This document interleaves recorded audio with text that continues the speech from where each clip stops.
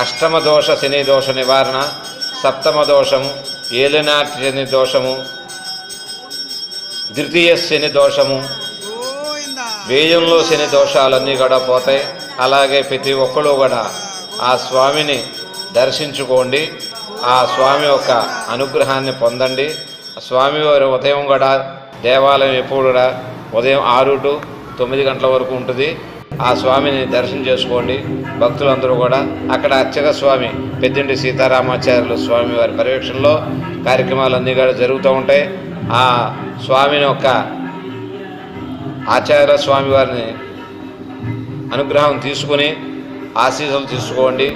ఆ స్వామి అనుగ్రహానికి ఆ వెంకటేశ్వర సంస్థానం బ్రహ్మాండే నాస్తికించిన వెంకటేశ సమోదేవో నభూతో నభవిష్యతి.